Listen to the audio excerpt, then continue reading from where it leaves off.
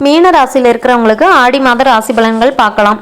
உங்களோட ராசிநாதன் சப்தமஸ்தானத்துல இருந்தபடி உங்களோட ராசியை பார்க்கறதோட மட்டும் இல்லாம 3, 11 ஆகிய இடங்களையும் பார்க்கிறாரு. அதனால பொருளாதார நிலை உயரும், புனித பயணங்கள் அதிகரிக்கும், உடன்பிறப்புகள் உங்களோட குணமறிஞ்சு நடந்துக்குவாங்க, தொழில லாபம் கிடைக்கும், எதிரிகள் விலகுவாங்க, இல்லத்துல அமைதி நிலவும். உங்கள் ராசிநாதனாகவும் குரு இருக்கிறதுனால அவரோட பார்வைக்கு பலன் அதிகம் உண்டு. கல்யாண வாய்ப்புகள் கைகூடும். கடல் தாண்டி சென்று சம்பாதிக்கணும்னு நினைக்கிறவங்களுக்கு வெளிநாட்டில இருந்து அழைப்புகள் வந்து சேரும். விலகி சென்ற உறவினர்கள் விரும்பி வந்து சேருவாங்க. வீடு கட்டும் முயற்சி இல்லைன்னா வாங்கும் முயற்சியில பழைய வாகனத்தை கொடுத்துட்டு புதிய வாகனம் வாங்குறதுல ஆர்வம் காட்டுவீங்க. ஆடை ஆபரண சேர்க்கை இருக்கும். இந்த மாதத்துல ராகு கேது பெயர்ச்சி நிகழும் போது உங்களோட ராசிக்கு 6ஆம் இடத்துல சஞ்சரிக்கிற ராகு 5ஆம் இடத்துக்கும் 12ஆம் இடத்துல சஞ்சரிக்கிற கேது 11ஆம் இடத்துக்கும் பின்னோக்கி போறாங்க. இந்த மாற்றம் உங்களுக்கு நன்மையை வழங்கும். லாப கேது உங்களுக்கு லாபத்தை வழங்க போது. அதே நேரத்துல பஞ்சம ராகு பூர்வீக சொத்துக்கள்ல ஏற்பட்ட வில்லங்கங்களை விலகச் செய்யும். மேலும் பிள்ளைகளோட முன்னேற்றம் கருதி எடுத்த முயற்சிகள்ல வெற்றி கிடைக்கும்.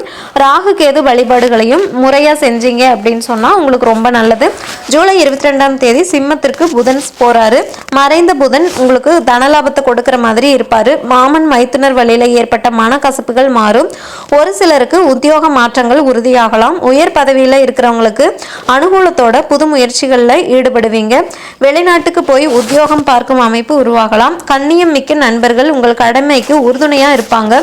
குடும்பத்துல விலகி சென்ற சொந்தங்கள் விரும்பி வந்து சேருவாங்க. ஜூலை 30ஆம் தேதி சிம்மத்திலும் ஆகஸ்ட் 6ஆம் தேதி கடகத்திலும் புதன் வக்ரம் பெறாரு.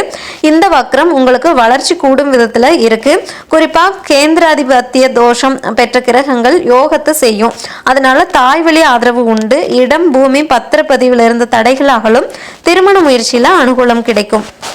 ஜூலை 27ஆம் தேதி கடகத்துல ராகுவும் மகரத்துல கேதுவும் சஞ்சரிக்க போறாங்க. பஞ்சமஸ்தானத்துல ராகு சஞ்சரிக்கும் போது பாக பிரிவினைகள் சுமூகமா முடியும். வாரிசுகளின் வளர்ச்சிக்காக ஒரு தொகையை செலவிடுவீங்க. வருங்கால நலன் கருதி தீட்டிய திட்டங்கள் வெற்றி பெறும். மகர கேதுவின் ஆதிக்கத்தால இளைய சகோதரத்தோடு இணக்கம் ஏற்படும். ஆதாயம் தரும் தகவல்கள் அதிகம் இருக்கும். பணியாளர்களிடம் ஏற்பட்ட தொல்லைகள் அகலும். பங்குதாரர்கள் உங்களோட குணம் அறிஞ்சு நடந்துக்குவாங்க.